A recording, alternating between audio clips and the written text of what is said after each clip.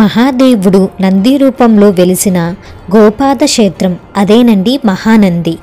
ఈ దేవాలయానికి ఎలా చేరుకోవాలి, ఈ దేవాలయం విశిష్టత ఏంటి, ఈ విషయాలన్నీ ఈ వీడియోలో తెలుసుకోబోతున్నాం. అందరికీ నమస్కారం, భజమ తెలుగు ఛానల్కి స్వాగతం. ముందుగా దేవాలయానికి ఎలా చేరుకోవాలో తెలుసుకుందాము. మీ హోమ్ టౌన్ నుంచి నంద్యాలకి చేరుకోండి. నంద్యాల బస్ స్టాండ్ దగ్గరే మీరు రూమ్ తీసుకుంటే బెస్ట్ అండి, ఎందుకంటే బస్ ద్వారా మనం మహానందికి చేరుకుంటున్నాం కాబట్టి. మీరు ఫ్రెష్ అయ్యి నంద్యాల బస్ స్టాండ్కి చేరుకోండి. నెంబర్ 10లో మహానందికి వెళ్ళే బస్సులు ఉంటాయండి. ప్రతి హాఫ్ అన్ అవర్కి బస్సు ఉంటుంది. నంద్యాల నుంచి మహానంది 17 కిలోమీటర్లు ఉందండి. జర్నీ వచ్చేసరికి 40 మినిట్స్ పడుతుంది. మనకి టికెట్ కాస్ట్ వచ్చేసరికి 35 రూపీస్ పర్ హెడ్. మా హోటల్ రూమ్ నుంచి బస్ స్టాండ్కి నడుచుకుంటూ వచ్చామండి.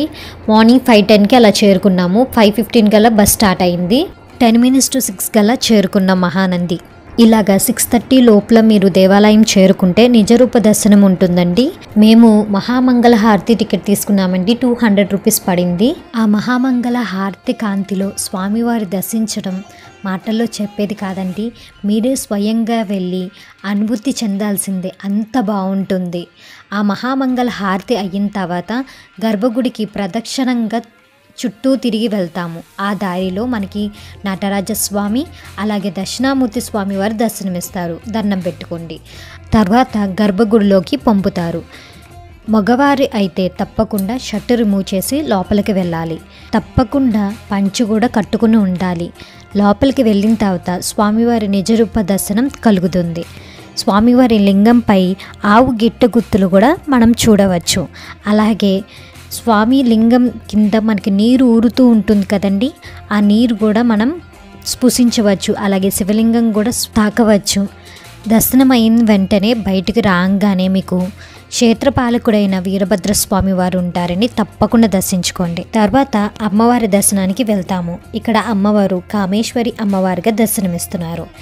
ఇక్కడ అమ్మవారి సన్నిధిలో సరస్వతి, లక్ష్మి అలాగే కామేశ్వరి అమ్మవారు త్రిశక్తి రూపంలో మనకి దర్శనమిస్తారు. అలాగే సుబ్రహ్మణ్యేశ్వర స్వామివారు, కోదండరామస్వామివారు, ఆంజనేయ స్వామి, నవగ్రహ మండపము, ఇవన్నీ చిన్న చిన్న దేవాలయాలు ఉంటాయండి. తప్పకుండా దర్శించండి.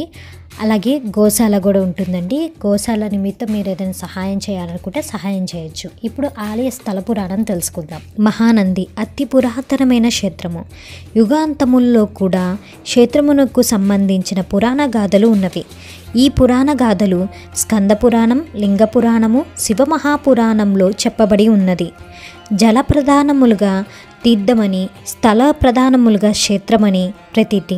అట్టి తీర్థములు క్షేత్రములు మేల కలయికే సర్వోత్తమైన అత్యంత పవిత్రమైన స్థలమే ఈ మహానంది క్షేత్రం. పూర్వము కృతయుగంలో శిలాది మహర్షి సంతాన ప్రాప్తి కొరకు ఘోర తపస్సు చేసెను.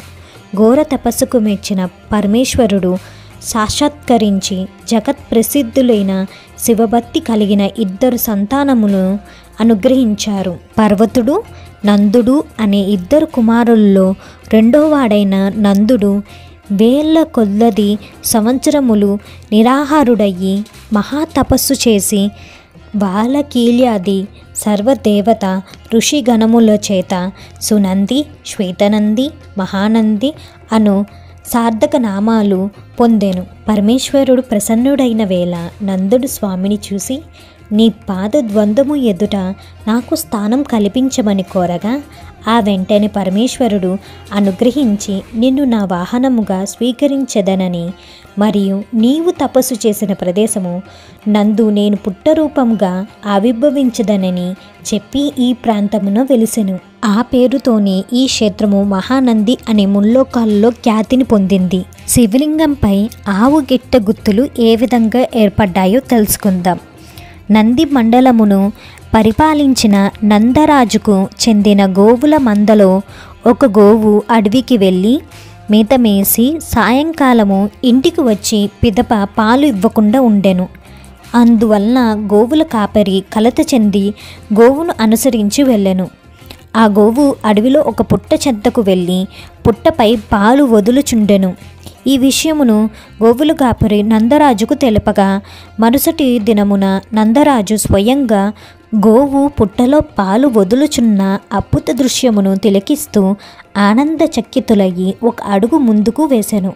ఆ యొక్క అలికిడికి గోవు తొందరపాటుతో పుట్ట మీద పాదమును పెట్టి బెదిరిపోయాను. ఈ సంఘటనకు నందమహారాజు శోకగ్రస్తుడయ్యి అంతఃపురమును చేరెను.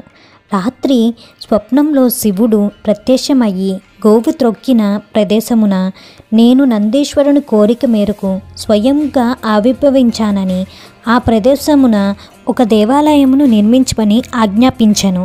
శివుని ఆజ్ఞ ప్రకారము నందరాజు ఆలయమును నిర్మించెను.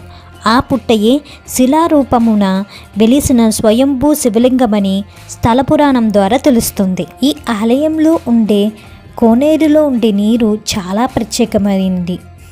లింగం కింద నుండి నీరు ఊరుతూ ఉంటుంది. ఆ నీరు ప్రవహిస్తూ రుద్రకుండం కోనేరులోకి వస్తుంది. అందులోకి వచ్చిన నీరు గోపురం ముందున్న 2 గుండాలు బ్రహ్మగుండం, విష్ణుగుండం కోనేరులోకి వస్తుంది.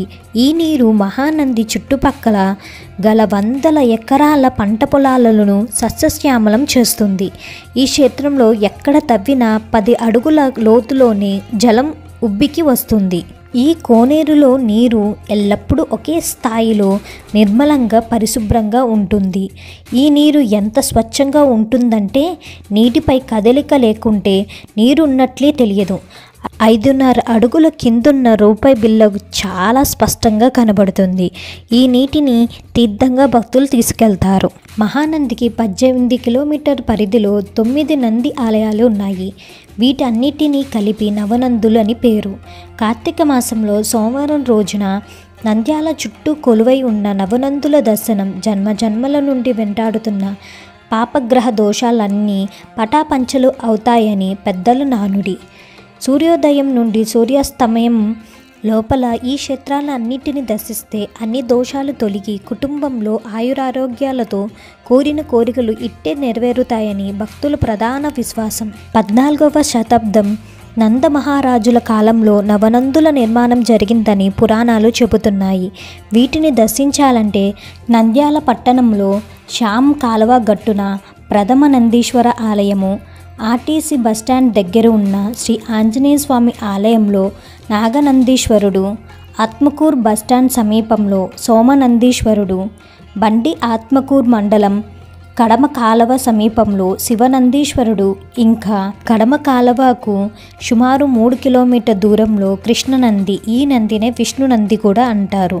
నంద్యాల మహానందికి వెళ్ళే దారిలో కుడివైపుకు తమ్మడపల్లి గ్రామం సమీపంలో సూర్యనందీశ్వర ఆలయము, మహానంది క్షేత్రంలో మహానందీశ్వరుడి దర్శనం అనంతరము దేవాలయంకి వెనక వైపు ఉంటుందండి వినాయక నందీశ్వరుడు. అనంతరము నంది విగ్రహం సమీపంలో గరుడ నందీశ్వర ఆలయం కొలువై ఉన్నాయి. మహాశివుడు నంది రూపంలో వెలిసిన మహానందీశ్వర దేవాలయం గురించి తెలుసుకున్నాం కదండి. మీకు కనుక ఈ వీడియో నచ్చినట్లయితే లైక్ చేసి షేర్ చేసి సపోర్ట్ చేయండి. మీరు ఇచ్చే సపోర్ట్తో మంచి మంచి వీడియోస్ మీ ముందు తీసుకురాగలుగుతాను. మరొక మంచి వీడియోతో మీ ముందుంటాను. అప్పటి వరకు సెలవు.